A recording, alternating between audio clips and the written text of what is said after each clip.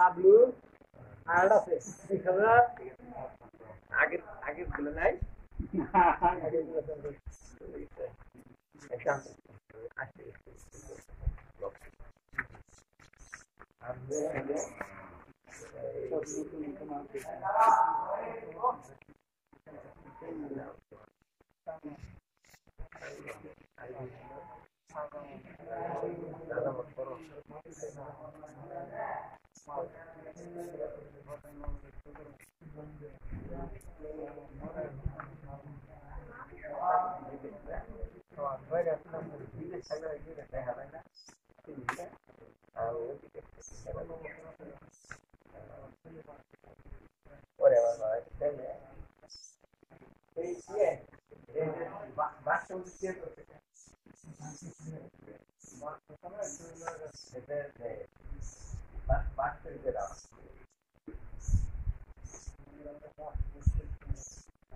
আম গাছটা নাই না পুরো গাছটা নাই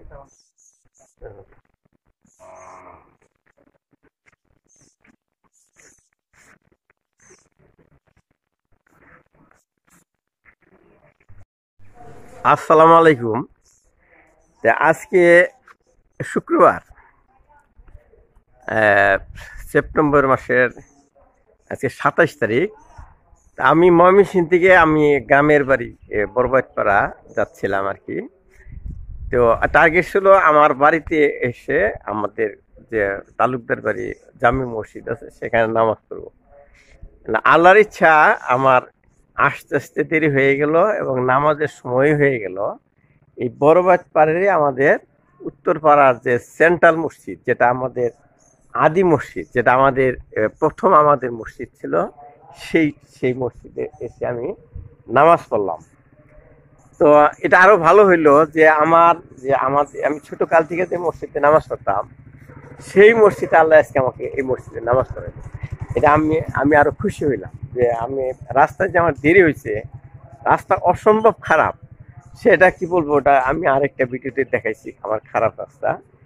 আজকে এই যে আমার পিছনে যে মসজিদটা দেখতে পাচ্ছেন পাকা, এই মসজিদে আমাদের প্রথম মসজিদ ছিল। তো সেই মসজিদটাই আমি আজকে নামাজ পড়লাম। তো এই মসজিদের ইতিহাস একটু বলি, না হলে আপনারা বুঝবেন না কেন আমি এটাকে গুরুত্ব দিচ্ছি। এই যে বাড়িটা দেখতে পাচ্ছেন, এই যে বাড়িটা, এটা হলো শিকদার বাড়ি। এই যে শিকদার বাড়ি, এটার প্রতিষ্ঠাতা হলো আজিম উদ্দিন শিকদার। আমাদের দাদা প্রথম এই ভর অঞ্চল মানে ওই কালিহাতি অঞ্চল থেকে, এখন এটা অবশ্য হ্যাঁ এইখানে এসে বাড়ি করে এই পাহাড় অঞ্চলে। এই অঞ্চলের এরা খুব সম্ভব তারা মুসলিম ছিল না, এখানে যারা ছিল তারা ওই হিন্দু, ওই কি বলে মান্দাই, বংশী, এই জাতীয় মানুষ এই সমস্ত এলাকায় বাস করে। কিন্তু পরে এরা আস্তে আস্তে ওইদিকে মধুপুর দিকে সরে যায়। এই সমস্ত জমিগুলা অনেক আগের কথা, সেগুলো আমরা দেখি নাই। তা আমরা কিছু দেখছি ঢন্ডনিয়া পাড়াতে হিন্দু পরিবার দেখছি। আর আমি যখন একদম ছোট তখন আমি এই মসজিদে যে বুজমান হয়ে যে নামাজটা পড়ছি, এই মসজিদে। এই মসজিদ তখন ছিল টিনের ঘর, এই ডোয়া ছিল কাঁচা, এটা পিরা বলে আর কি, কাঁচা ডোয়া ছিল।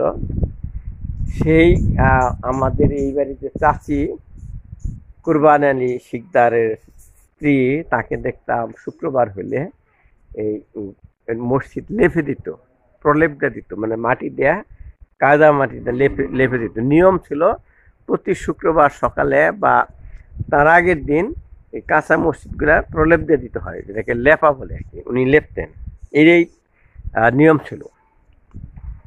আর পানির খুব অভাব ছিল, এখনকার মতো টিউবওয়েলও ছিল না, এই বিদ্যুৎও ছিল না। তখন এই যে একটা পুকুর আছে দেখতে পাচ্ছেন, এই যে পুকুর, এই পুকুরটা আমার জন্মের আগে থেকে এই পুকুরটা আছে।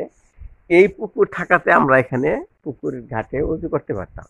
পানির খুব অভাব ছিল, এবং কি আমার বাড়ি এখান থেকে 0.5 কিলোমিটার দূর হবে। ওখান থেকে এসে এই পুকুরে গোসল করে আমি স্কুলে যেতাম।